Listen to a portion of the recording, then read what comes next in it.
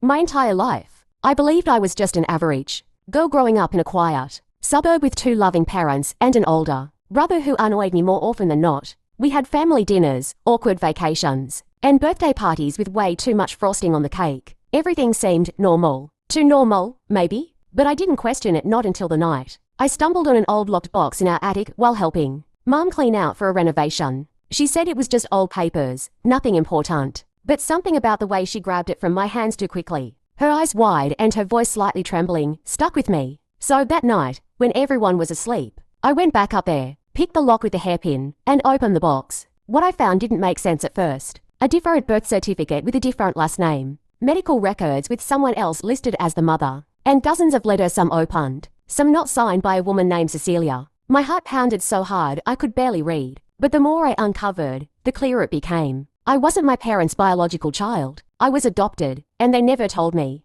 But it wasn't a regular adoption. According to the papers and letters, I had been part of a custody battle between two sisters, my mom and Cecilia, who had both wanted to raise me after my birth. Parents died in a car crash when I was 2. Legally, Cecilia won custody. But sometime after that, she was suddenly institutionalized, and I was placed with my current parents under suspicious circumstances. There were old court documents, tucked between the letters, sealed custody rulings, letters from child welfare, and even a psychologist's note saying Cecilia had been mentally unstable. But the strange part, the documents were inconsistently dated, and several looked like they'd been forged or altered. My parents had never mentioned any of this. They always said I was born at the local hospital, same as my brother. They even had baby pictures of me. But now I wondered, were those photos even mine? Was my childhood nothing more than a carefully constructed lie? I couldn't sleep. My mind kept going back to one phrase in the psychologist's letter. Cecilia continues to insist that her sister stole her child. That child was me. At school, everything started to blur. I'd stare out the window wondering who I really was. Every time I looked at my mother, I saw someone who raised me with love, but may have betrayed her own sister to do so. It became an obsession. I skipped classes to visit the library, digging through local archives,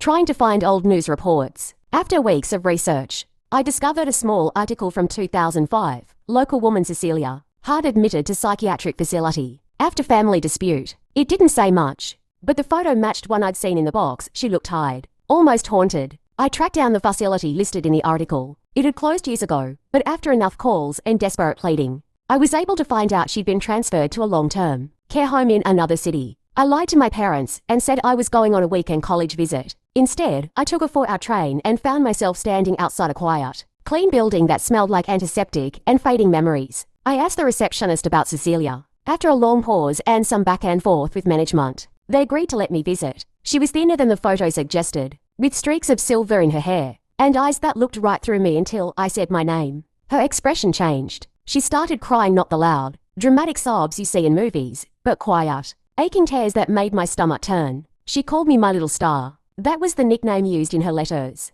I sat down, and she told me everything. According to her, my parents had manipulated the courts, convincing officials she was mentally unfit to raise me. She claimed she had postpartum depression, but not psychosis, no voices, no hallucinations, no danger to me. She said my mother, her sister, had always been the golden child, the one who got everything. And when she couldn't have children of her own, she saw me as her second chance. Cecilia said she was gaslit for months, slowly stripped of her rights, and institutionalized before she could fight back. I wanted to believe her. I didn't want to believe her. I felt sick, confused, and emotionally paralyzed. When I got home, my mother was waiting in the kitchen. She asked how the college tour went, and I couldn't lie. I told her I found Cecilia. She dropped the plate she was holding. It shattered on the tile. For a long time, we didn't say anything. Then she sat down and told me her version of the story. She said Cecilia had always struggled with her mental health, even before I was born, and that after the accident that killed my birth parents, she spiraled into instability. She said she only took me in after social workers